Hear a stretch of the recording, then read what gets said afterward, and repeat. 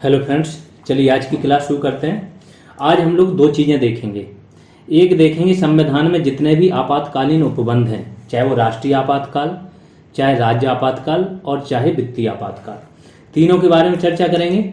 उसके बाद जितने भी आपके संवैधानिक आयोग हैं उनकी चर्चा करेंगे। संवैधानिक आयोग जितने भी हैं, चाहे आपका निर्वाचन आयोग हो, चाहे वित्त आयोग हो, चाहे यूपीएससी हो, इन सब की बात करेंगे। ठीक है, तो शुरू करते हैं। सबसे पहले आपातकालीन प्रावधान होते क्या हैं? आपातकाल क्या होता है? इमरजेंसी। इमरजेंसी किस बेस पे लगती है? जब देश के समक्ष कोई खतरा हो, उसकी एकता, अखंडता या संप्रभुता पे खतरा हो तो इमरजेंसी होती है। इमरजेंसी में क्या काम होते हैं? सबसे बड़ा काम होता है जो केंद्र होता है, सरकार होती है, आर्मी होती हैं, आर्म्ड फोर्सेस, इनको मजबूत बनाया जाता है। इनके पास बहुत ज़्यादा अधिकार आ जाते हैं जिससे कि ये देश की अखंडता को सुरक्षित रखें, देश के समक्ष खतरे से निपट सकें। इस टाइम पे आपके मूल अधिकार प्रभावित होंगे। आप नहीं बोल सकते हो कि अभी भी हमको अधिकार चाहिए, क्योंकि जब देश रहेगा तभी तो आप रहोगे, तभी तो आपकी स्वतंत्रता रहेगी। तो मूल अधिकार प्रभावित होंगे, केंद्र राज्य के संबंध प्रभावित होंगे। संघात्मक जो ढांचा है, वैसे तो नॉर्मली संघात्मक है, दो स्तरों पर सरकार काम करती है, सबके अपने अपने अधिकार, लेकिन जब इमरजेंसी आएगी तो एकात्मक हो जाएगा। राज्यों के अधिकार केंद्र के पास, संसद के पास शिफ्ट हो जाएंगे। ये सारे प्रावधान कहां से लिए गए हैं? तो जर्मनी का वाइमर गणराज्य। आपातकाल के समय जो मूल अधिकारों का निलंबन प्लस जो एकात्मक सरकार है, ये सब कहां? जर्मनी का वाइमर गणराज्य, यहां से लिए गए हैं। क्या होता है, कितने टाइप के आपातकाल होते हैं, पहले एक मैं भूमिका बना दूं, बाद में धीमे धीमे चलेंगे तो ये समझने में दिक्कत नहीं होगी। आपातकाल तीन टाइप के होते हैं, एक राष्ट्रीय, दूसरा राज्य और तीसरा वित्तीय। ये तो बहुत बार लग चुका है, हर एक दो साल में कहीं ना कहीं लगता है, इसको राष्ट्रपति शासन भी बोलते हैं। वित्तीय अभी तक नहीं लगा है, और राष्ट्रीय आपातकाल आपका एक बार लगा है आंतरिक अशांति के कारण। बाकी आपके जितने बार युद्ध हुए, चीन से हुए, 2-3 बार पाकिस्तान से हुए, तब लगा है। ठीक है, तो राष्ट्रीय आपातकाल लगने के लिए तीन बेस चाहिए मेनली। एक युद्ध, दूसरा बाह्य आक्रमण, और तीसरा एक बेस पहले हुआ करता था आंतरिक अशांति। इस बेस को अगर देखो तो पहले था क्या? आंतरिक अशांति। इसी के बेस पे इंदिरा गांधी ने क्या? आपातकाल लगा दिया। अब इस आंतरिक अशांति को आप डिफाइन नहीं कर सकते हो कि किस टाइप की अशांति। उस टाइम पे क्या हुआ था कि इनका जो चुनाव था एज ए एमपी, लोकसभा के एमपी का चुनाव जो था इनका, वो रद्द कर दिया था इलाहाबाद हाई कोर्ट ने। इलाहाबाद हाई कोर्ट ने रद्द कर दिया, तो अब क्या होना था इनका? प्रधानमंत्री थी, पीएम पद जाने वाला था।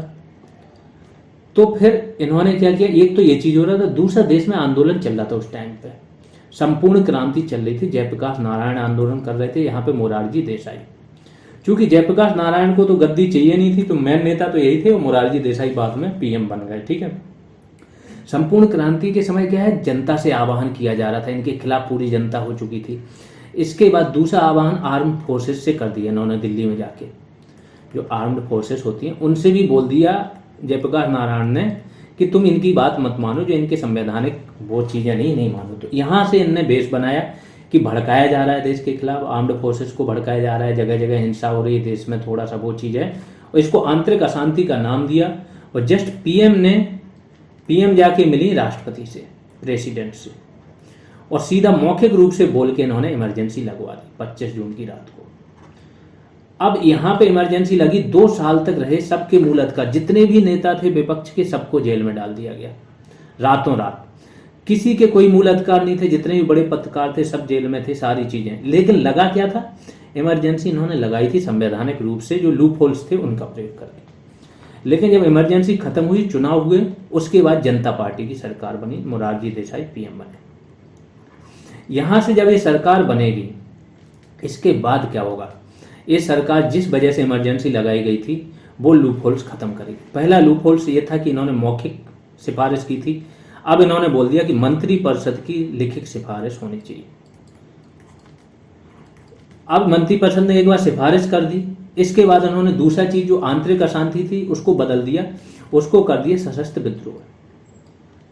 सशस्त्र विद्रोह हो तभी आप क्या कर सकते हो? सशस्त्र, तभी आप इमरजेंसी लगा सकते हो, ना कि आंतरिक अशांति के बेस पर। तीसरी चीज इन्होंने बोल दी कि ये उद्घोषणा कर दी 1 महीने के भीतर आपको संसद के दोनों सदनों से 2/3 बहुमत से ये चीज पारित करानी होगी, तभी आगे जारी रहेगी। चौथी, लोकसभा के पास ये शक्ति नहीं थी कि इसको वापस ले पाए, केवल राष्ट्रपति ही इसको वापस ले सकते थे उद्घोषणा के द्वारा। इन्होंने लोकसभा को वो शक्ति दे दी कि 1/10 जो सांसद हैं वो अगर लिखित में प्रस्ताव लेके आए तो उस पर फिर वोटिंग होगी और सामान्य बहुमत से पारित हो गया तो ये आपका इमरजेंसी हट जाएगी। ऐसे करके इन्होंने जो जो चीज़ों के बेस पे लगी थी वो सारी चीज़ें कर दी। वही हम यहाँ पढ़ने जा रहे हैं कि राष्ट्रीय आपातकाल है 352, ये नया प्रयोग किया हमने, PDF आपकी टाइप करा दिए। इसमें देखना, इसमें अपना एक्सपीरियंस बताना कैसा लगा, क्या लगा। हाँ, मांग मत करने लगना है कि सर अब यही कंटिन्यू रखो, क्योंकि अभी टीम उतनी नहीं है, चीज़ें हैं, प्रयोग के दौर में है। जो चीज़ पॉसिबल होगी वो हम करते जाएंगे धीमे धीमे, ठीक है। इसकी घोषणा पूरे देश या खास हिस्से के लिए की जा सकती है, ठीक है। तो पूरे देश के लिए भी की जा सकती है और किसी खास हिस्से के लिए भी की जा सकती है। अगर किसी खास हिस्से में आंतरिक अशांति है, सशस्त्र विद्रोह हो रहा है, तो वहां पे क्या है, इमरजेंसी लग जाएगी। राष्ट्रपति मंत्रिमंडल की लिखित सिफारिश पे ही अब घोषणा करता है, मौखिक सिफारिश नहीं, वो भी पूरा मंत्रिमंडल जो है उसने साइन की हो तब। इसकी घोषणा को जारी होने से 1 महीने के भीतर संसद के दोनों सदनों द्वारा विशेष बहुमत से अनुमोदित किया जाना चाहिए। 2/3 बहुमत चाहिए संसद के दोनों सदनों का। हाँ, वापस लेने के लिए सामान्य बहुमत चाहिए। यदि लोकसभा का विघटन हो गया है, लोकसभा विघटित हो गई, चुनाव है, तो क्या होगा, अब लोकसभा तो यहाँ कर नहीं सकती है अनुमोदित, तो क्या होगा कि लोकसभा की जो नई चुन के आएगी उसकी पहली बैठक के 30 दिनों के अंदर अनुमोदन होना चाहिए। लेकिन उसके पहले राज्यसभा तो स्थायी सदन है, ये तो वो नहीं होगा, राज्यसभा ने 1 महीने के अंदर अनुमोदित कर दिया हो। उसके पहले राज्यसभा की तो सहमति चाहिए ही चाहिए, वो भी 2/3 बहुमत से, और लोकसभा जब चुन के आएगी तो वो करेगी। एक बार अनुमोदन के पश्चात 6 माह तक ये जारी रहेगी। 6 माह बाद फिर से अनुमोदन चाहिए, सीधी बात है। और ऐसा करते करते 6 माह बढ़ा के आप अनिश्चित काल तक इमरजेंसी बढ़ा दो। इस राष्ट्रीय आपातकाल के समय आप एक काम और कर सकते हो, लोकसभा की जो है ना, लोकसभा की कार्यकाल 1 साल तक एक बार में बढ़ा सकते हो। मतलब चुनाव नहीं होंगे, चुनाव भी टाल सकते हो आप, और वही सरकार बनी रहेगी जो पहले से 1 साल तक। समाप्ति कैसे होती है, किसी भी समय राष्ट्रपति द्वारा दूसरी उद्घोषणा की जा सकती है और उसके द्वारा राष्ट्रपति वापस ले। अब राष्ट्रपति ये स्वयं से तो करता नहीं, तो किससे, मंत्रिपरिषद या PM की सलाह से। तो अब तो मंत्रिपरिषद ही लिखित में देगी, यहाँ पे तो PM भी सलाह दे देगा, तो राष्ट्रपति क्या वापस ले सकते। यहाँ जो शुरुआती संविधान में था वो यहीं तक था। बाद में ये 44 में जब जनता पार्टी की सरकार आई, कॉन्स्टिट्यूशनल अमेंडमेंट एक्ट द्वारा लाया गया, ये क्या डाला कि इसकी समाप्ति की कार्यवाही प्रारंभ करने की शक्ति किसको, लोकसभा को है। लोकसभा समाप्ति की कार्यवाही प्रारंभ कर सकती है। लोकसभा के 1/10 सदस्य मतलब 543 हैं, तो 544 सदस्य मतलब चाहिए। 543 हैं तो 55 सदस्य चाहिए, 1/10 मतलब 55 सदस्य, ठीक है। 55 सदस्य क्या करेंगे, एक हस्ताक्षर करेंगे और उनके हस्ताक्षर को फिर हस्ताक्षर कर गया तो प्रस्ताव आ गया। इस प्रस्ताव पे अब दोनों सदन इसको सामान्य बहुमत से पारित कर देंगे, तो यहाँ से इमरजेंसी हट जाएगी। प्रभाव क्या क्या पड़ता है जब इमरजेंसी राष्ट्रीय आपातकाल लगा होता है। इसमें देखो, संसद राज्य सूची के विषय पे कानून निर्माण कर सकती है। संसद क्या कर सकती है, राज्य सूची के किसी भी विषय पे कानून निर्माण कर सकती है। हालांकि राज्य विधानसभाएं तब भी मौजूद रहती हैं, विधानसभाएं मौजूद रहती हैं, मंत्रिपरिषद राज्य की मौजूद रहेगी। संसद 3-4 चीज़ों में राज्य सूची के विषय पे कानून निर्माण कर सकती है। एक तो राष्ट्रीय आपातकाल, दूसरा राज्य आपातकाल या राष्ट्रपति शासन, तीसरा मित्र देशों से कोई संधि अगर केंद्र करके आ गया तो संसद उसको लागू करने के लिए कर सकती है संधि के बेस पे। चौथा, अगर राज्यसभा जो है 249 के तहत किसी उसको लोकहित का, किसी विषय को लोकहित का अगर बोल दे कि आवश्यक लोकहित का ये विषय, तो भी संसद इस पर कानून बना सकती है। तो 4 ये हो गया। 5वां बेस होता है 2 या 2 से अधिक राज्य बोले कि इस पे कानून बना दो हमारे लिए, तो भी कानून। तो इन 5 बेस पे संसद क्या है, राज्य के विषय पे भी कानून बना सकती है। सबकी समयावधि अलग अलग है। राष्ट्रपति शासन है तो राष्ट्रपति शासन समाप्त होगा, फिर 1 साल के अंदर वो कानून दोबारा पारित कराना होगा। सेम आपातकाल के समय जो भी कानून बने वो 1 साल तक ही मान्य होते हैं आपातकाल समाप्त होने के बाद। अब राष्ट्रपति संघ तथा राज्यों के बीच राजस्व वितरणों के उपबंधों का रूपांतरण, मतलब इनको बदल सकता है। तो अभी जैसे क्या है, वित्त आयोग है आपका, वित्त आयोग ने एन के सिंह की अध्यक्षता में क्या बोला कि 41% राज्यों को दे दिया जाए, 1% आपका जम्मू कश्मीर एंड लद्दाख को, है ना, ये यहाँ चला गया तो टोटल 42 हुआ। इसके पहले जो 14वां वित्त आयोग था वहाँ पर भी 42 था, लेकिन 14वें वित्त आयोग के जस्ट पहले तक 32 चल रहा था, 32 से इन्होंने इतना बढ़ा दिया था 42।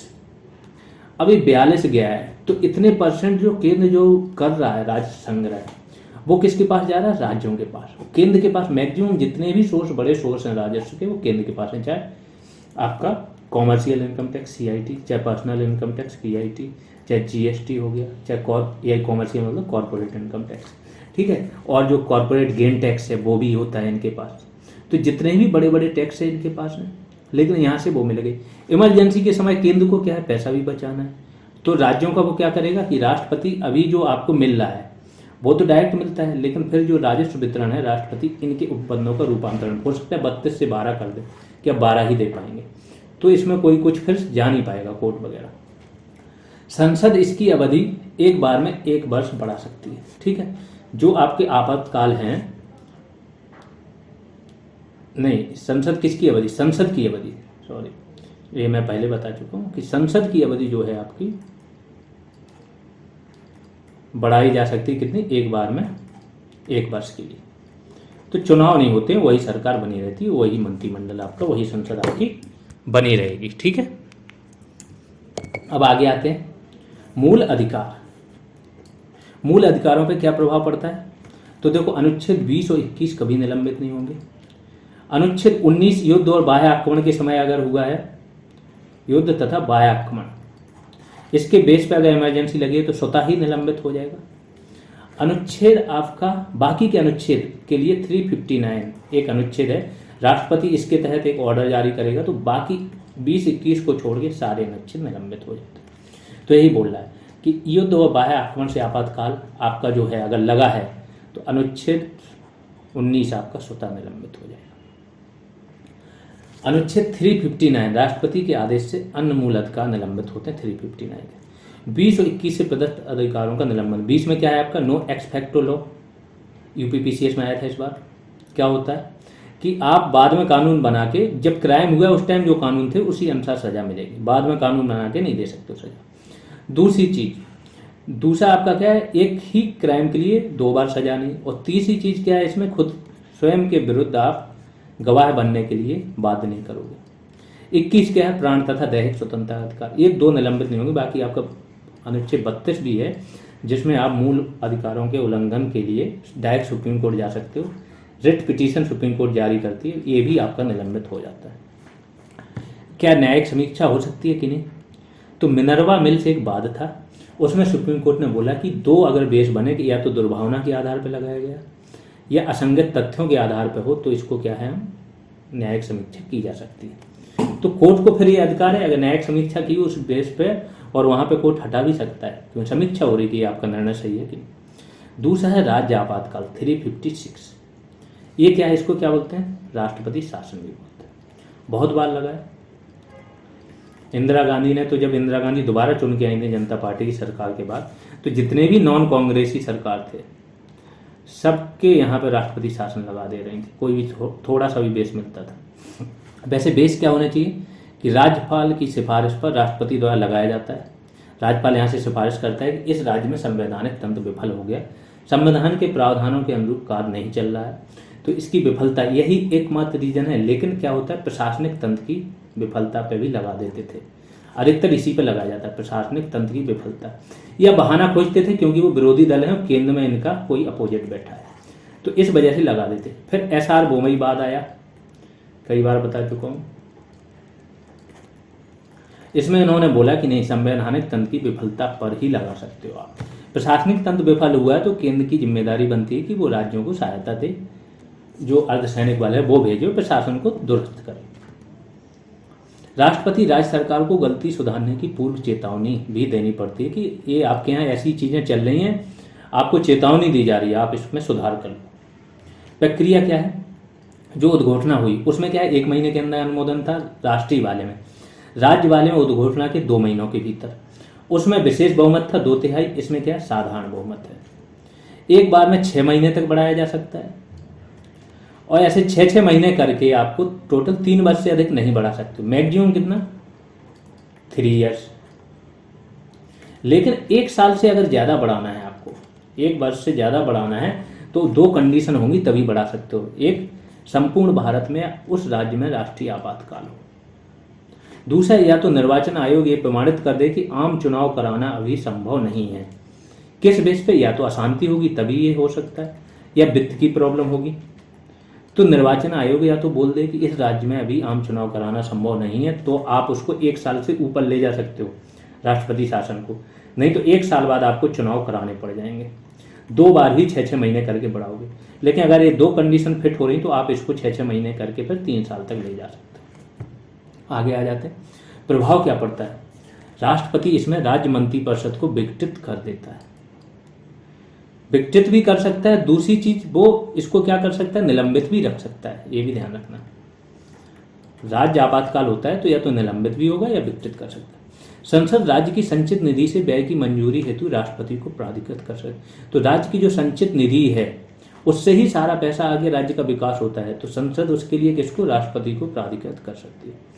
राष्ट्रपति राज्य विधानसभा को निलंबित या भंग कर सकता है, जो मैंने बोला। हाँ, मंत्रिपरिषद को विघटित कर देता है सब, ठीक है।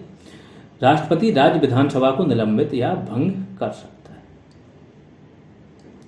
न्यायिक समीक्षा के अधीन है, इसकी भी न्यायिक समीक्षा वो कई बार हुई है, उत्तराखंड में हुई थी।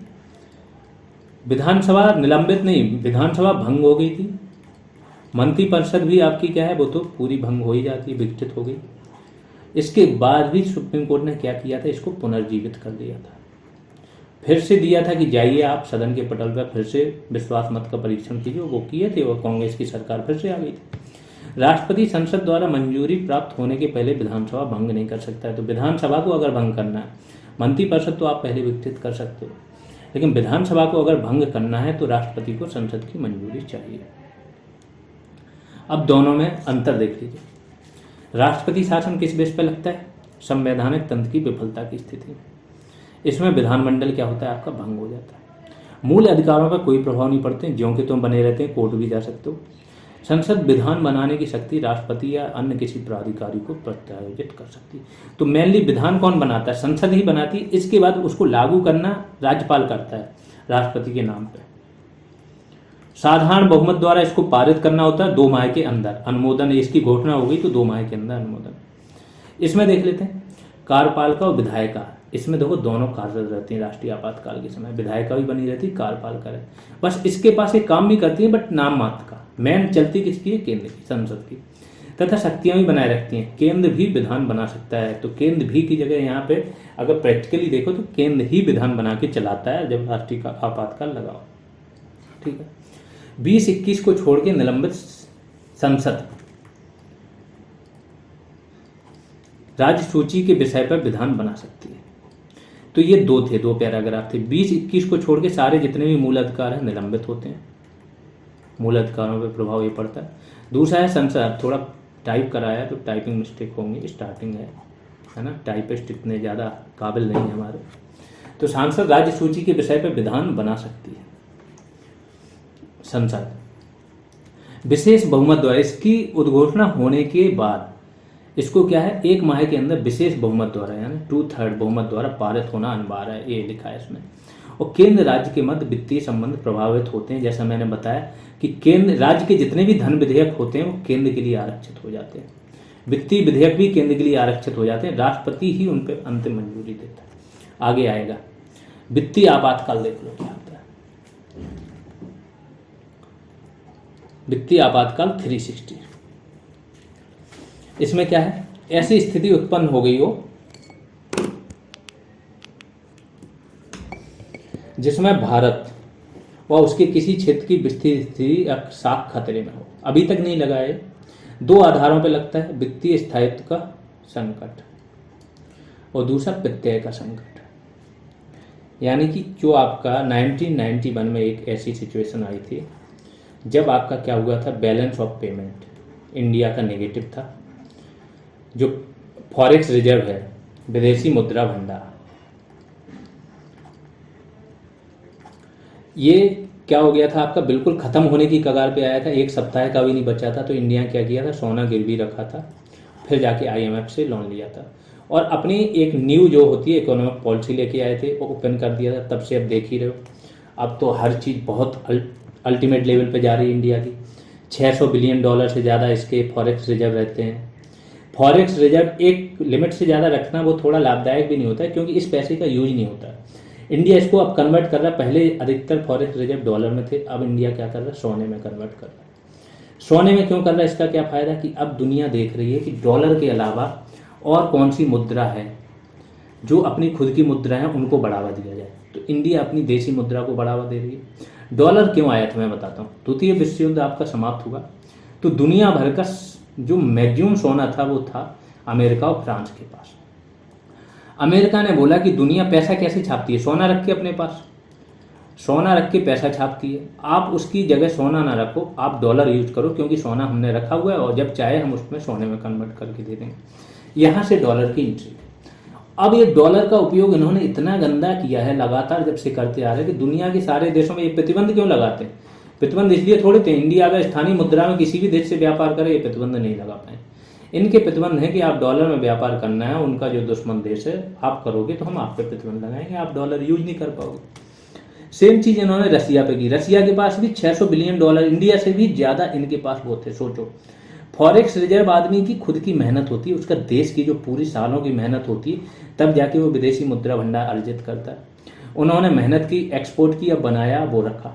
अब उनकी गलती होगी कि उन्होंने डॉलर में रखा। जैसे युद्ध हुआ, युद्ध तो किसी भी देश का हो सकता है, यहाँ पे तो हम बाहर बैठ के सोच सकते हैं, लेकिन सपोज करो इंडिया का पाकिस्तान से युद्ध हो जाए, पाकिस्तान अमेरिका का बेस्ट फ्रेंड होगा, तो अमेरिका डॉलर पर प्रतिबंध लगा दे तो ये $600 बिलियन एकदम राख हो गए।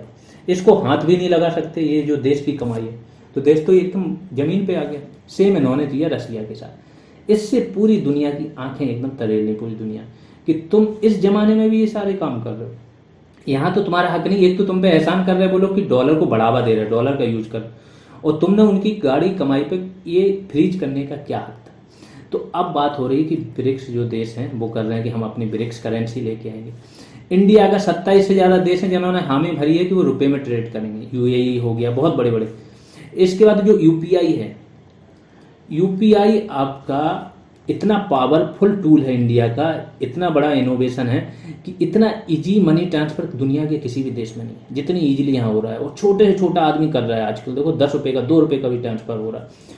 एक होता है स्विफ्ट करके, स्विफ्ट करके एक टेक्नोलॉजी है। ये क्या करती है, दुनिया भर में जो वित्तीय मैसेज हैं, संचार हैं, वो स्विफ्ट के माध्यम से होता है। तो इतना पैसा आ गया, तुम इतना विदेश में भेज दो, स्विफ्ट के माध्यम से होता है। इस स्विफ्ट से इन्होंने रूस को बाहर कर दिया। इस स्विफ्ट में जो भी लोग हैं वो दुनिया में इंटरनेशनल ट्रेड या व्यापार या बैंकिंग प्रणाली, खासतौर से बैंकिंग प्रणाली है स्विफ्ट, ठीक है। अब इसमें स्विफ्ट को रिप्लेस कर सकती है अपनी UPI, और बहुत बेहतरीन तरीके से करती है। धीमे धीमे देश आ रहे हैं, अभी 60 से ज़्यादा देश इसमें इंटरेस्ट दिखा रहे हैं। बहुत बड़े पैमाने पर काम हो रहा है। हो सकता है 2-4 साल में डॉलराइजेशन हो जाए, डॉलर को लोग क्या करें, यूज करना ही बंद कर दें, अपनी स्थानीय करेंसी, हो सकता है रुपया थोड़ा और अच्छा कर जाए। तो ये चीज़ें होंगी। ये हल्की सी मैंने जानकारी दे दी साइड में। फिर से आ जाते हैं अपने टॉपिक पे कि इसमें क्या होगा। उद्घोषणा की तिथि से 2 माह के अंदर दोनों सदनों द्वारा साधारण बहुमत द्वारा अनुमोदन होना चाहिए। पहली चीज, साधारण बहुमत चाहिए और दोनों सदनों द्वारा, ठीक। एक ही बार इसको अनुमोदन करना, फिर अनिश्चित काल तक जारी रह सकता है। इसके बाद अनिश्चित काल तक बार बार अनुमोदन नहीं करना, जैसे उनके लिए 6-6 माह बाद करना था ना, इनमें नहीं करना है। एक बार अनुमोदन के बाद राष्ट्रपति समाप्त होने की घोषणा कर सकते हैं। सिर्फ जब राष्ट्रपति समाप्त होने की घोषणा करेंगे तब ये समाप्त हो। अब इसमें क्यों संशोधन की जरूरत नहीं पड़ी, क्योंकि ये लगा नहीं। इसकी जरूरत नहीं पड़ी जब इतनी विपरीत परिस्थितियां आई थी, तब हमें जरूरत नहीं पड़ी 1991 के आसपास। अब तो कोई जरूरत पड़ेगी नहीं। अब आ जाते हैं प्रभाव। इसमें प्रभाव क्या पड़ते हैं, राज्य एवं केंद्र के अधीन सेवारत कोई भी व्यक्ति, उसकी वेतन कम की जा सकती है या रोकी जा सकती है, चाहे वो सुप्रीम कोर्ट और हाई कोर्ट के न्यायाधीश क्यों ना हो। जबकि इनके वेतन और भत्ते क्या होते हैं, भारित होते हैं संचित निधि पर। संसद के जो हैं उन सबके वेतन और भत्ते रोके जा सकते हैं, कम किए जा सकते हैं। राज्य विधानमंडल द्वारा पारित सभी धन एवं वित्तीय विधेयकों को, यहाँ पे और ज़्यादा हो गया, वहाँ पे वित्तीय संबंध हल्के लेवल पे प्रभावित होते हैं राष्ट्रीय आपातकाल में, लेकिन यहाँ पे एकदम कंडीशन है कि ये आपको राष्ट्रपति के विचार के लिए सारे आरक्षित ही रहेंगे, यहाँ पे तो आप चीज़ें चला ही नहीं सकते हो। तो राज्य विधानमंडल द्वारा पारित सभी धन एवं वित्तीय विधेयक, क्योंकि धन विधेयक के द्वारा ही आप संचित निधि, सारा पैसा आपका कहाँ होता है, संचित निधि में। लोक लेखा निधि तो आपकी क्या है, लोक लेखा निधि आपका लोन है, ठीक, लोन में बहुत ज़्यादा नहीं होगा, वो तो आपको चुकाना होगा। इसके बाद जो आकस्मिक निधि है वो तो देश की 500 करोड़ की है, तो राज्यों की और कम होगी। ये सारी चीज़ें, ये पैसा तो बहुत कम है। इसके बाद जो मुख्य पैसा होता है राज्यों का किसी का भी, वो होता है संचित निधि में, पूरा पैसा 99.95% पैसा यहाँ पे है। अब इस पैसे को निकालना है तो आपको धन विधेयक लाना ही पड़ेगा। धन विधेयक के बिना, धन विधेयक ही होता है वो, या जिसको बोलते हैं विनियोग विधेयक, बिना उसके निकाल नहीं सकते हो। और इस विधेयक को, या फिर वित्तीय विधेयक जो पैसा निकल गया उसका खर्च करने का करारोपण है तो वित्तीय विधेयक लाना पड़ेगा। तो इन विधेयकों के बिना आप कोई पैसा खर्च कर नहीं सकते हो। ये विधेयक आएंगे तो इस पर राष्ट्रपति की सहमति चाहिए, राष्ट्रपति मतलब केंद्र सरकार। तो इतने संबंध प्रभावित हो जाते हैं। अभी तक ऐसी घोषणा नहीं की गई। आगे आते हैं, अब सारे संवैधानिक निकाय देख लेते हैं वन बाई वन करके। यहाँ तीनों आपातकाल हो गए, जितनी डिटेल चाहिए थी, जितने भी क्वेश्चन बन सकते सारी डिटेल दे दी, ठीक है। अब संवैधानिक निकाय, पहला क्या है, भारत निर्वाचन आयोग, इलेक्शन कमीशन ऑफ इंडिया, इनके बारे में पढ़े होंगे। अभी हाल ही में सुप्रीम कोर्ट ने, इनके क्या है, निर्वाचन के लिए कोई विधि नहीं थी, सुप्रीम कोर्ट ने अब बोल दिया कि एक नेता प्रतिपक्ष, मतलब प्रतिपक्ष ना हो तो विपक्ष का जो सबसे बड़े दल का नेता हो वो, plus PM plus supreme court के चीफ जस्टिस, ये समिति चुनाव करेगी आपके जो निर्वाचन आयोग थे उसका। इसी इलेक्शन कमीशन ऑफ इंडिया में क्या होता है, पहले एक ही आयुक्त होता था जो चीफ इलेक्शन कमिश्नर होता था देश का, लेकिन अब क्या कर दिए, 1989 में एक संशोधन आया और 2 निर्वाचन आयुक्तों की और व्यवस्था कर दी, ठीक है। वेतन भत्ते सुप्रीम कोर्ट के न्यायाधीशों के समान होते हैं। कार्यकाल इनका 6 वर्ष होगा या उम्र 65 वर्ष, जो भी पहले पूर्ण हो जाए, या तो 6 वर्ष पूर्ण हो जाए या 65 वर्ष की इन्होंने आयु प्राप्त कर ली। और ये चीज प्रेसिडेंट निर्धारित करता है, क्योंकि संसद ने कानून बना के प्रेसिडेंट को इसके लिए बोल रखा है। और जहां पे प्रेसिडेंट की बात हो वहां पीएम समझ लिया करो, सीधी सी बात है। प्रेसिडेंट के पास कोई भी विवेकाधीन शक्ति नहीं है, तो सारे काम पीएम की सिफारिश पर ही करता है। कार्य क्या क्या होते हैं, मतदान केंद्र बनाना, मतगणना केंद्र बनाना, मतदान एवं केंद्र की व्यवस्था करना। इनकी ये पहले देख लो, ऊपर होता है चीफ इलेक्शन कमिश्नर, नीचे होते हैं 2 आयुक्त इलेक्शन कमिश्नर। ये 2 आयुक्त होते हैं, जब ये रिटायर होता है तो ये जाके इनके पोस्ट पे आ जाते हैं। अभी हाल ही में बवाल इसलिए कटा था क्योंकि एक आईएएस थे, उन्होंने एक रात पहले वीआरएस लिया, वॉलंटरी रिटायरमेंट होता है, और इसके बाद उनको अगले दिन उन्होंने आयुक्त नियुक्त कर दिया। जब ये निर्वाचन आयुक्त हैं तो आगे चल के ये आयुक्त बनेंगे, चीफ निर्वाचन आयुक्त। तो इसलिए फिर थोड़ा सा लोग चले गए सुप्रीम कोर्ट, और सुप्रीम कोर्ट ने इसको सोचा कि ये जब इतने चीजें कर रहे हैं तो मेन लोकतंत्र की मेन जड़ कहाँ है, यहाँ है। अगर चुनाव ही आपके एकदम पारदर्शी नहीं होंगे, निष्पक्ष तरीके से नहीं होंगे, तो लोकतंत्र कहाँ से बचेगा। हटाया किस तरीके से जाता है, तो हटाने के लिए इनको संरक्षण है, उसी विधि से ही हटाया जाएगा जिस विधि से सुप्रीम कोर्ट के न्यायाधीश को हटाया जाता है। मुख्य निर्वाचन, और इसको किसको, चीफ इलेक्शन कमिश्नर की बात हो रही, सीईसी की। लेकिन मुख्य निर्वाचन आयुक्त के बाद अन्य आयुक्त को अगर हटाना है तो सीईसी की सहमति चाहिए। जब ये सहमति देगा तभी आप अन्य आयुक्तों को हटा सकते हो। तो मेन सब संरक्षित हो गए, इसको आप हटा नहीं सकते हो। इसको हटाने के लिए आपको संसद में वही महाभियोग लाना पड़ेगा, और बाकियों को हटाने के लिए चीफ इलेक्शन कमिश्नर की मंजूरी चाहिए। तो अगर इन्होंने ठान लिया कि हमें निष्पक्ष रहना है तो इनको कोई नहीं हटा सकता। इसका व्यय भारत की संचित निधि पर भारत नहीं होता है, यही सबसे बड़ा वो है। इनको हर बार अपना बजट भेजना पड़ता है केंद्र के पास, और वो मांगना पड़ता है, और केंद्र जितने पैसा देगी इतने हमें वीवी पैट चाहिए, तो उसके लिए 6000 करोड़ चाहिए। जब केंद्र मंजूरी देकर तब आती है। जबकि बाकी क्या है, आपके सुप्रीम कोर्ट हो गए, कैग हो गया, यूपीएससी हो गया, इनका भारत होता है ना, इनको मांगना नहीं पड़ता है, इनका भारत होता है, और इन पर वोटिंग भी नहीं होती, अपने आप पैसा आ जाता है। संविधान में ECI, election commission of India को यहाँ पे होना चाहिए चीफ इलेक्शन कमिश्नर को। सेवानिवृत्ति के पश्चात सरकार द्वारा दिए गए किसी भी पद से वंचित नहीं किया गया, ये भी एक वो है। इलेक्शन कमीशन को बाकी जितने भी हैं कैग वगैरह, इन सब पे रोक है। कैग जो है दोबारा पुनर्नियुक्ति का पात्र नहीं होता है, लेकिन जो सबसे इंपॉर्टेंट पद है उसको थोड़ी सी इतनी रिलैक्सेशन दी है, इसलिए भी थोड़े सवाल उठते हैं। काम क्या करता है, प्रशासनिक कार्य है, सलाहकारी काम है, और अर्ध न्यायिक शक्तियाँ, अर्ध न्यायालय की तरह भी वर्क करता है। यहाँ तक कि जो राष्ट्रपति को भी सलाह देते हैं कि कोई MP है, उसने अगर चुनाव में कदाचार वगैरह किया है तो उसकी जो सदस्यता रद्द करने के लिए जो सलाह देगा वही मानना पड़ेगा राष्ट्रपति को। अगला आ जाते हैं संघ लोक सेवा आयोग UPSC के बारे में। ये आपका कौन सा अनुच्छेद है? 324, 323A, 323 ये है आपका न्यायाधिकरण, प्रशासनिक अधिकरण जो है आपके केंद्रीय प्रशासनिक अधिकरण, केंद्रीय हो चाहे राज्यों, अधिकरणों के बारे में, ठीक है, न्यायाधिकरणों के बारे में।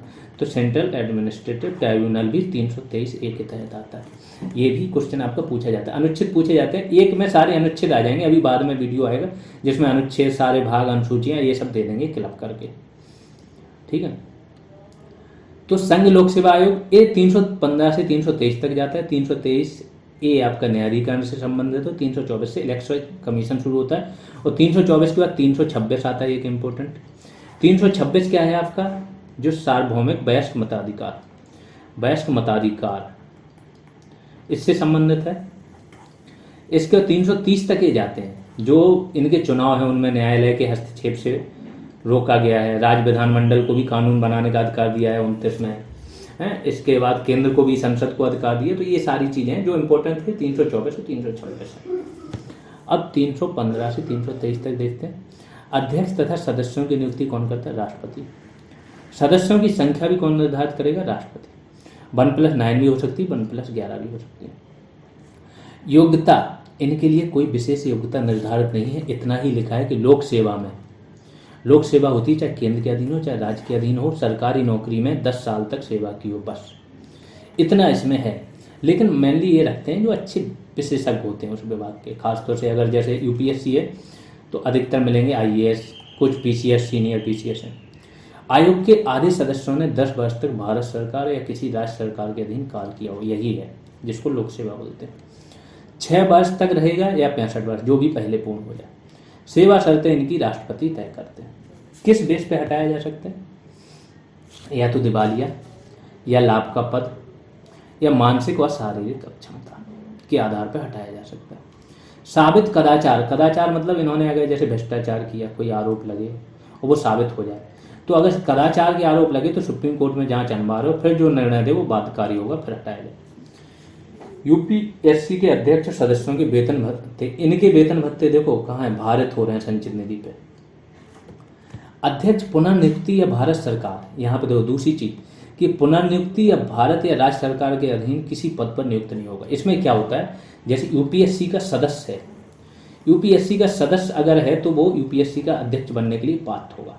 ऊपर वन में ये अध्यक्ष है, ये किसी का पात्र नहीं होगा, इनकी खत्म कहानी। ये पुनर्नियुक्ति भी नहीं होगी, वो सदस्य हैं UPSC के तो अध्यक्ष। अगर स्टेट PSCs हैं तो वो अन्य स्टेट PSC के अगर ये सदस्य हैं तो वो अध्यक्ष बनने के लिए पात्र होंगे अन्य स्टेट PSCs के, ठीक है।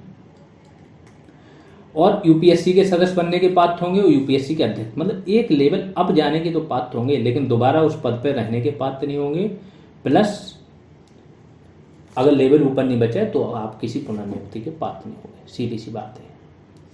कार्य, पदोन्नति, प्रतिनियुक्ति तथा स्थानांतरण की सलाह देते हैं। इनका मेन कार्य क्या है? पदोन्नति, जो आपके IAS अधिकारी, IPS होते हैं, जो भी अखिल भारतीय सेवाएं, उनकी पदोन्नति दी जाए, किसको क्या, इसके बारे में सलाह देते हैं। प्रतिनियुक्ति की भी ये सलाह देते हैं कि इनको यहाँ पे इस कैडर में भेज दो, इनको इसमें दे दो, इनको स्थानांतरण की, ट्रांसफर की भी सलाह यही देते हैं UPSC बहुत पावर है UPSC के बाद। जो DGP होता है राज्य का, DGP के लिए राज्य से UPSC क्या करती है, जो वरिष्ठ अधिकारी होते हैं 3 नाम राज्य को देती है, उनमें से ही राज्य को बनाना होता है। तो ये काम भी है, ठीक है।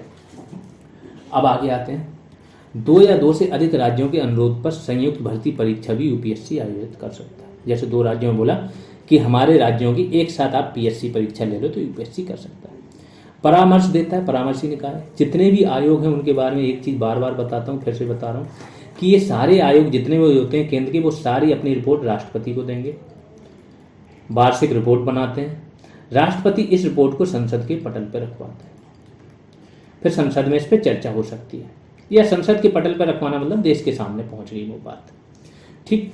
और जितने भी राज्य के आयोग हैं वो राज्यपाल के पास रिपोर्ट देते हैं। सीमाएं क्या क्या, सेवाओं का ये वर्गीकरण नहीं कर सकते कि कौन सा किस सेवा में जाएगा। वेतन निर्धारित नहीं कर सकते हैं, सेवा शर्तें निर्धारित नहीं कर सकते हैं, ये सब राष्ट्रपति करता है। कैडर प्रबंधन नहीं कर सकते हैं, और जो आपका आरक्षण लागू नहीं कर सकते। मेन चीज़ जो होता है ना कि लोगों को लगता है कि आरक्षण कौन, यूपीएससी लागू करता, नहीं, सरकार लागू करती है। जैसे ईडब्ल्यूएस है, इनको आरक्षण दे दिया लेकिन उम्र सीमा में छूट नहीं दी, तो ये छूट देना सरकार के हैंड में। अब आ जाते हैं तीसरा, राज्य लोक सेवा आयोग। इनकी नियुक्ति कौन करेगा, राज्य के राज्यपाल। इनमें भी सेम शर्त है कि 10 साल तक केंद्र या राज्य सरकार में या लोक सेवा में रहे हो। मैंने सेवा शर्तों का निर्धारण राज्यपाल करेंगे। अवधि कितनी रहेगी, मतलब कार्यावधि 6 वर्ष या 62 वर्ष तक, जो भी पहले हो जाए। हटाएगा कौन, केवल राष्ट्रपति, उसी नीति से जो यूपीएससी सदस्य को हटाते हैं, उसी नीति से हटाएंगे, साबित कदाचार अक्षमता इन सबसे। सभी व्यय राज्य की संचित निधि पर भारित होते हैं। इसके अध्यक्ष या सदस्य, या तो जो मैंने बताया था वहाँ पे कि लोकसभा आयोग के अध्यक्ष या सदस्य बन सकते हैं, या अन्य लोक सेवा आयोग के अगर वो सदस्य हैं तो अध्यक्ष बन सकते हैं। एक लेवल अप जा सकते हैं, उसी लेवल पे नहीं रह सकते हैं, और फाइनल लेवल हो अगर यूपीएससी का अध्यक्ष हो तो वो किसी लेवल पे पुनर्नियुक्ति के पात्र नहीं होते। कार्य क्या करते हैं, राज्यपाल को वार्षिक रिपोर्ट देते हैं। अगर राज्य ने ऊपर ये है, केंद्र ने भी यूपीएससी की अगर रिपोर्ट स्वीकृत नहीं की, सारी चीज़ें जो उन्होंने दी सिफारिशें, तो गैर स्वीकृति की दशा में इनको क्या करना पड़ता है, एक ज्ञापन देना पड़ता है, लोगों के सामने रखना पड़ता है कि इन्होंने ये सिफारिशें दी थी, ये रीजन रहा, इसलिए हम इसको क्या है एक्सेप्ट नहीं कर रहे। वित्त आयोग देख लेते हैं। वित्त आयोग में एक अध्यक्ष और 4 सदस्य होते हैं। पुनर्नियुक्ति की, वित्त आयोग पूछा गया था अभी यूपीएससी में। एनके सिंह की अध्यक्षता में वित्त आयोग बहुत पावरफुल बॉडी होती है, अनुच्छेद 280 होता है इसका। यही डिसाइड करती है कि राज्यों को, जो मैंने बताया कि जो आपके 14 में से पहले तक 14वां वित्त आयोग जो था 14th फाइनेंस कमीशन, इसने क्या किया था, इसके पहले 32% राज्यों को जाता था सिर्फ, इसने सीधा बोल दिया 42% जाना चाहिए, तुरंत इस पर हो गया था अमल। केंद्र सरकार ये जितनी भी वो करें मान ही जाती है, वैसे बात नहीं होती है बट केंद्र सरकार मान ही जाती है, ऐसा हुआ नहीं कि ना माने, जितनी सिफारिशें होती हैं। तो राज्यों का भविष्य निर्धारण एक वित्त आयोग करता है, बहुत पावरफुल बॉडी है। योग्यता या चयन प्रक्रिया संसद निर्धारित करती है, संसद ने निर्धारित की हुई है कि 1+4 होंगे, एक अध्यक्ष होगा, 4 सदस्य होंगे। अध्यक्ष के लिए क्या योग्यताएं चाहिए देख लो, कि अध्यक्ष सार्वजनिक मामलों का ज्ञाता हो, बस इतना ही चाहिए। सदस्यों के लिए एक सदस्य जो हो वो क्या हो, उच्च न्यायालय का या तो न्यायाधीश हो, या रह चुका हो, या न्यायाधीश बनने योग्य योग्यता रखता हो, तो एक सदस्य ऐसा होगा। दूसरा सदस्य क्या होगा, वित्त या लेखा मामलों का जानकार होना चाहिए। तीसरा सदस्य क्या होगा, प्रशासन और वित्तीय मामलों का व्यापक जानकार होना चाहिए, और सब अलग है, वित्त अलग है, लेखा अलग है, अर्थशास्त्र अलग है। चौथा व्यक्ति अर्थशास्त्र का ज्ञाता होना चाहिए, अर्थशास्त्र के अंदर ही वित्त आ जाता है आपका। राज्य वित्त आयोग द्वारा की गई सिफारिशों के आधार पर लोकल बॉडी जो आपकी होती हैं, जो मैंने बताया था कि पंचायत हो गई और शहरी स्थानीय निकाय हो गए, इनको क्या होता है, वित्त की अनुपूर्ति हेतु राज्य की संचित निधि के संवर्धन हेतु उपाय। तो देखो इनको कितना पैसा दिया जाए ये तो राज्य वित्त आयोग क्या करता है, सिफारिश करता है, लेकिन पंचायतों की वित्त की अनुपूर्ति हेतु राज्य की संचित निधि कैसे बढ़ाई जाए, इसके बारे में सुझाव आपका केंद्रीय जो वित्त आयोग होता है वो देता है कि पंचायतों को जो आप दे रहे हो, फंडिंग दे रहे हो या लोकल बॉडीज को दे रहे हो, तो इसको देने के लिए आपकी संचित निधि का संवर्धन, संचित निधि में पैसा कैसे ज़्यादा बढ़े, इसके लिए जो सुझाव है वो केंद्रीय वित्त आयोग। 14वें वित्त आयोग, इसकी सिफारिशें तो आप रह नहीं गई हैं वो, तो इसको हटा दीजिए। 15वीं का 15th वाले ने दी थी कि 41% जाएगा आपको अन्य राज्यों को, 1% जाएगा आपका J&K एंड लद्दाख को, ठीक है, ये सिफारिशें दी। प्लस इन्होंने 2011 की जनगणना को भी काउंट किया, पहले ये काउंटिंग में नहीं आती थी। अब इन्होंने जो 1971 की उसको भी किया, 2011, दोनों का वेटेज अलग अलग। पहले इसलिए नहीं करते थे कि 71 के बाद क्या हुआ कि जो साउथ के राज्य हैं उन्होंने परिवार नियोजन कार्यक्रम अपना के, उनके यहाँ जनसंख्या वृद्धि दर कम है। अब इसको आधार बना के एक तो उन्होंने जनसंख्या वृद्धि दर पर लगाम लगाई। नॉर्थ के राज्यों में जनसंख्या अच्छी खासी बढ़ चुकी है, तो इनको जनसंख्या के आधार पर मिलेगा अगर 2011 की, तो इनको ज़्यादा मिल जाता फंड नॉर्थ वालों को। तो साउथ के राज्य हैं इसलिए विरोध करते थे कि एक तो हमने अच्छा काम किया, ऊपर से उस वजह से हमारा फंड भी कम हो जाए। लेकिन इस बार इन्होंने उसका उपाय खोज दिया और ये सारी चीज़ें कर दी। अब देख लेते हैं राष्ट्रीय अनुसूचित जाति आयोग। इसके बाद राष्ट्रीय अनुसूचित जाति आयोग में ये लाइन तो पहले हटा दो, ये लाइन गलत दिख गई है। यहाँ से आओ, 1990 में 65th कॉन्स्टिट्यूशनल अमेंडमेंट एक्ट आया। इसने एससी और एसटी दोनों के लिए एक आयोग की व्यवस्था की, लेकिन एससी आयोग था मेनली, इसका नाम था एससी आयोग, शेड्यूल्ड कास्ट, लेकिन यही मामले देखता था एसटी के भी, ट्राइब्स के भी। ये वाला थोड़ा सा यहाँ पे भी चेंज कर लो, 89th है, 89th कॉन्स्टिट्यूशनल अमेंडमेंट एक्ट 2003। यहाँ पे क्या हुआ कि जो एससी आयोग और एसटी आयोग को अलग कर दिया। एससी आयोग को 338 और एसटी आयोग को दे दिया 338A। अब यहाँ पे दोनों अलग, अभी इनका काम कौन देख रहा था, एसटी का भी काम एससी आयोग देख रहा था 1990 के। जब 89th कॉन्स्टिट्यूशनल अमेंडमेंट एक्ट आया तो दोनों को अलग कर दिया।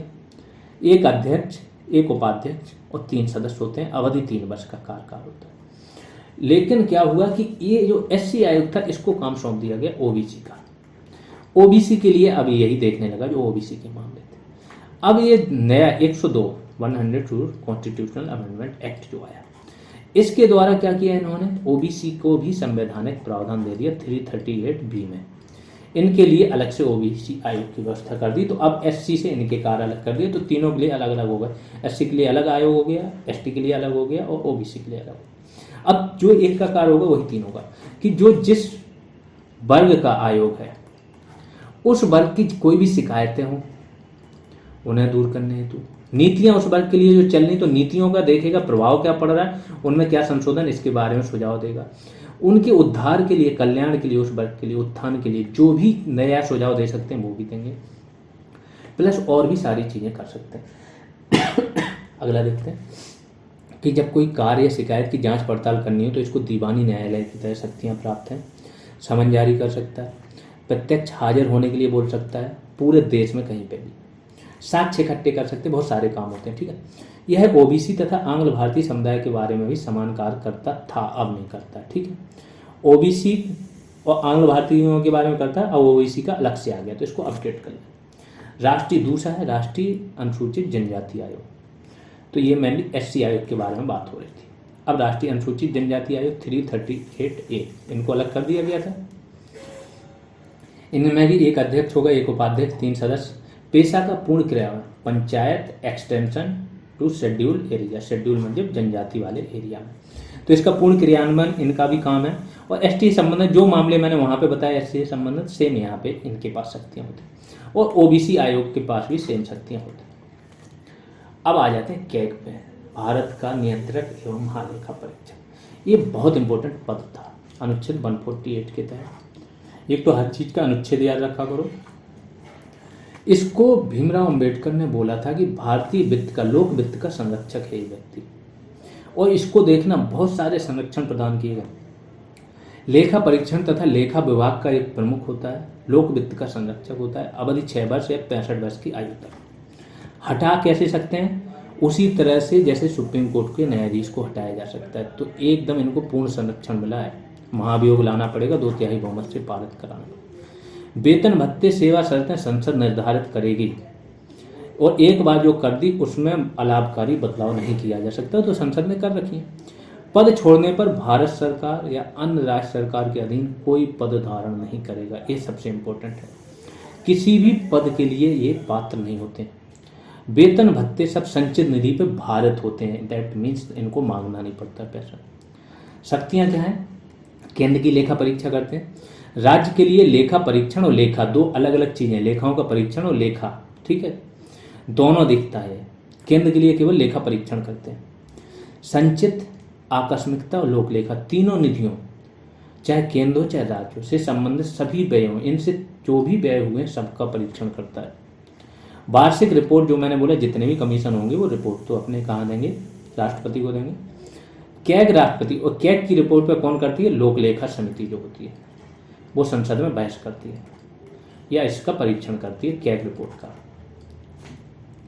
विनियोग लेखाओं पर 3 परीक्षण प्रतिवेदन देता है कैग, ठीक है।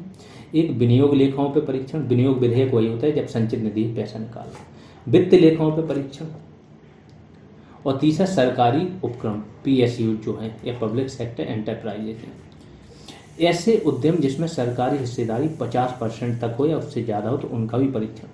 कुछ ऐसे मामले भी आते हैं जिसमें आपका राष्ट्रपति या राज्य में राज्यपाल बोलेगा तो उनका भी कैग को करना पड़ता है। जैसे केजरीवाल क्या बोल रहे थे जब आए थे बिजली कंपनियों के खिलाफ कि हम कैग का ऑडिट कराएंगे बिजली कंपनी, अगर वो चीज़ दे देते तो राज्यपाल मंजूरी दे देते तो वो कैग ऑडिट कर देता है।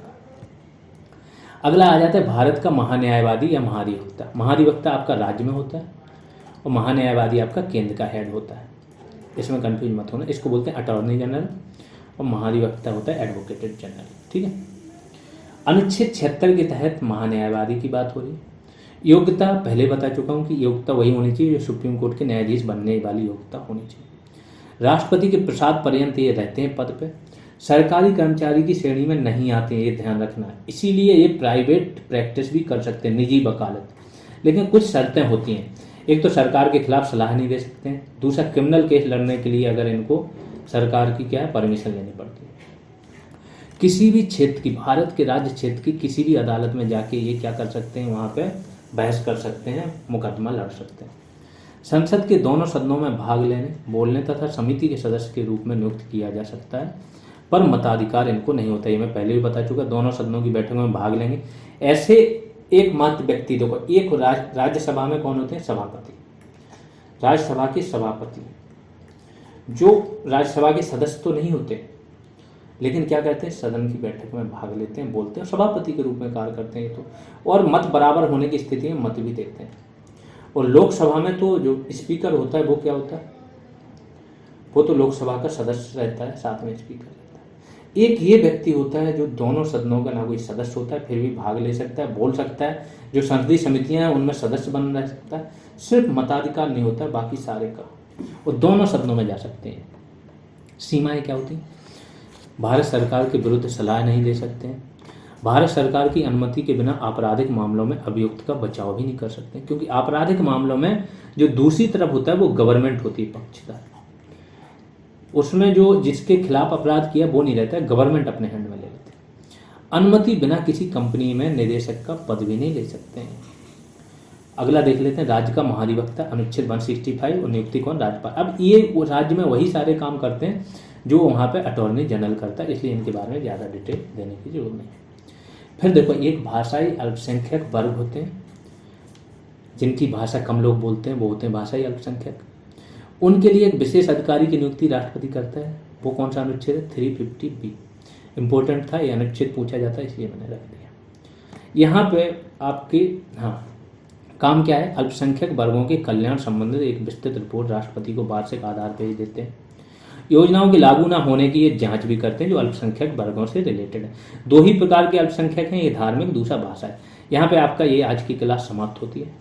जितने भी मैक्सिमम पोर्शन थे आपके सारे कवर हो गए। अब क्या बचा, अनुसूचियाँ बची हैं। सारी अनुसूचियाँ क्लब करके एक वीडियो, अनुसूचियाँ संविधान के भाग भी, वैसे तो ये आपने यहाँ से जान ही लिया कि 18वां भाग में क्या है, 17 में क्या है, 20 में क्या है, लेकिन एक जगह क्लब करके सारे भाग आ जाएंगे एक वीडियो में। अनुसूचियाँ आ जाएंगी, संशोधन आ जाएंगे, संवैधानिक जितने भी इंपॉर्टेंट संशोधन हुए वो आ जाएंगे आपके। ऐसे करके क्लब करके एक या दो क्लास में ये चीज़ें और दे दी जाएंगी। और भी कुछ होगा वो देते रहेंगे, बट यहाँ पे आपकी चीज़ें कंप्लीट हो चुकी हैं जो पढ़ना था। अभी तो रिवीजन पर्पज से है कि जहाँ से क्वेश्चन बन सकते हैं तो वो चीज़ें दे दें। जिन लोगों ने शेयर नहीं किया, कम से कम इतनी अच्छी चीज़ें मिल रही हैं तो थोड़ा आप लोग का भी बनता है, इतनी मेहनत हो रही कि इसको शेयर जरूर करें अपने आसपास जो भी आपके फ्रेंड्स हैं। GS रिवॉल्यूशन करके जिसने ज्वाइन नहीं किया है, GS रिवॉल्यूशन नाम से आप यूट्यूब पे, टेलीग्राम पे सर्च करेंगे तो आपको मिल जाएगा।